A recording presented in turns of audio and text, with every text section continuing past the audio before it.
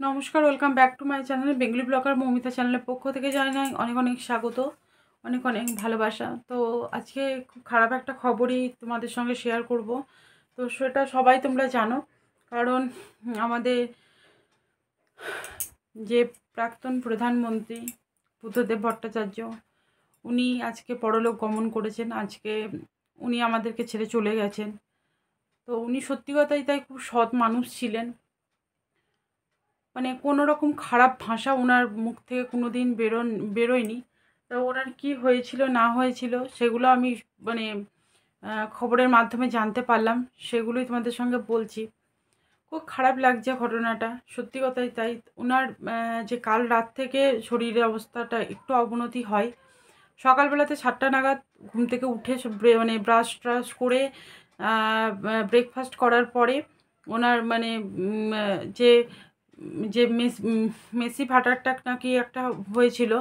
তো সেখানেই কাউকে মানে সেরকমভাবে সুযোগ দেয়নি যে উনি মানে কোনো রকম চিকিৎসা ইয়েতেই, মানে কি বলে না, যে মানুষের যখন সময় চলে আসে তখন আর কোনো কিছু তার হাতে থাকে না, সে হচ্ছে ব্যাপার। তো কোনো রকম ইয়ে ছাড়াই তিনি পরলোক গমন করলেন।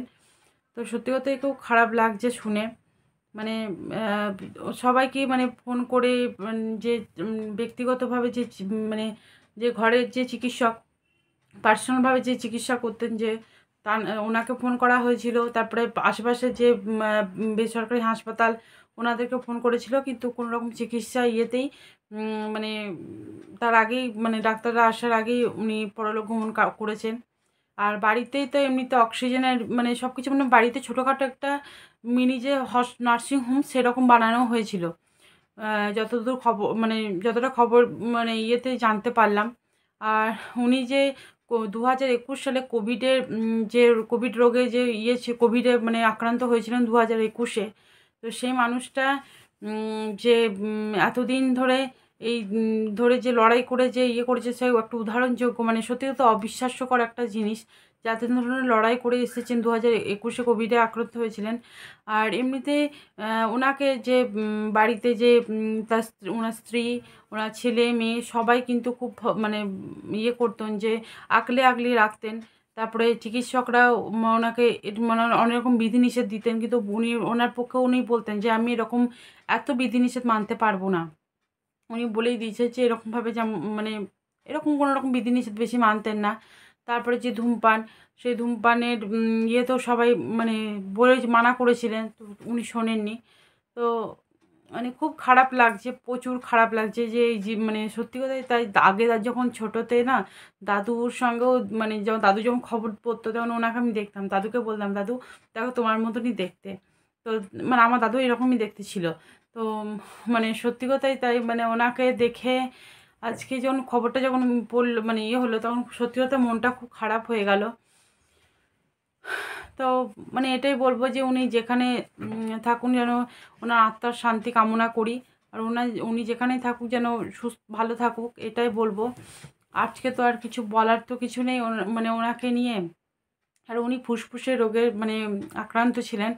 আর মানে বছরে একবার তো আলিপুরে যে নার্সিংহোমে, বেসরকারি হাসপাতালে ওনাকে ভর্তি করতেই হতো একটা মানে চেক আপের জন্য। আর উনি মানে চেক আপের জন্য কোনো রকম ইয়েতে মানে যেতে চাইতেন না, মানে ওনাকে জোর করে নিয়ে যাওয়া হতো, মানে এরকমই একটা ব্যাপার, মানে নিজের মানে করতেন না।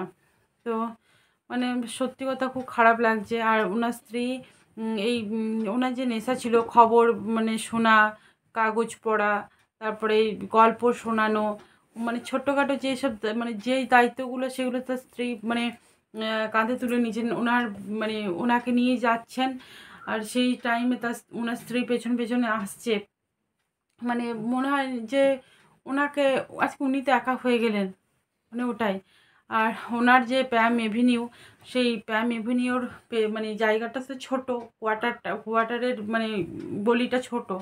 তো মানে এত মানুষের যেই ভিড়, তারপরে একটা মানুষ মানে দাঁড়িয়ে আর একটা মানুষ মানে যেতে পারছে না, এতটাই মানে ভিড়। স্লোগান দিতে দিতে সবাই যাচ্ছে। ওনাকে দেখে, ওনার মানে ভিডিওটা দেখে না আজকে সত্যি কথা নিজে মনে যে থমকিয়ে গেলাম। খারাপ লাগছে। ওনার 80 বছর বয়স হয়েছিল। আর আগের বছর এই যে 8ই আগস্ট এরকম উনি ভর্তি হয়েছিলেন আলিপুর বেসরকারি হাসপাতালে। 9ই আগস্ট ছাড়া দিয়েছিলেন। আবার এই 1 বছরের মধ্যে এরকম আবার হলো। মানে সত্যি কথাই তাই। জানি না, মানে কিছু বলতে পারছি না। আর ওনার যে গাড়ি ছিল, যেটা মানে মানে আমাদের প্রধানমন্ত্রীর যে গাড়ি ছিলেন, সেই গাড়ির যে নাম্বার, যে গভর্নমেন্ট অফ ডাব্লিউ বি 060002। তো ওই যে ওনার যে গাড়িটা ছিল সাদা রঙের, সেই গাড়ির যে চালাতেন, যে সারথি, তিনি তো ওনাকে সব মানে ইয়েরা যে রিপোর্টাররা জিজ্ঞাসা করছেন, তো উনি তো পুরো কেঁদে ফেললেন। যতই হোক ওনাকে নিয়ে যাওয়া আসা নিয়ে যাওয়া করতো। তো গাড়িটা এতদিনের হয়ে গেছে, কিন্তু গাড়িটা এখনও পর্যন্ত সেই এত সুন্দরভাবে মানে হয়ে আছে, মানে কল্পনা করতে পারবে না তোমরা। মানে সত্যি কথা, যেই এই গাড়ির নাম্বারটা দেখে তো মানুষের যে বুঝতে পারবে যে আমাদের প্রধানমন্ত্রী আসছেন। আজকে সেই গাড়িটা পুরো থমকে গেল। মানে কিছু বলার নেই, গাড়িটা পুরোটাই থমকে গেল। মানে সত্যি কথা খুব কষ্ট লাগছে, খুব খারাপ লাগছে আজকে। ওনার মুখ্যমন্ত্রী আর আমাদের মমতা বন্দ্যোপাধ্যায়ও এসেছেন। ওনার চোখে মুখেও কিন্তু শোকের কিন্তু প্রচুর ছায়া দেখলাম। খুব খারাপ লাগছে। আর আমাদের যে মানে বুদ্ধদেব ভট্টাচার্য, প্রয়াত বুদ্ধদেব ভট্টাচার্য আমাদের মুখ্যমন্ত্রী, তো উনি টানা 11 বছর মানে ইয়ে ছিলেন, মুখ্যমন্ত্রী ছিলেন। মানে খুব খারাপ লাগছে, সত্যি কথা বলছি, খুব খারাপ লাগছে। তা ওখানে তো অনেক রিপোর্টাররা এসেছেন। তো আবারও বলছি, ওনার আত্মার শান্তি কামনা করি। উনি যেখানে থাকুক ভালো থাকুক। আর ওনাকে মানে সবাই খুব মানে ইয়ে করতেন, যে আগলিয়ে রাখতেন, কিন্তু উনি আর সে সুযোগটা আর দিলেন না।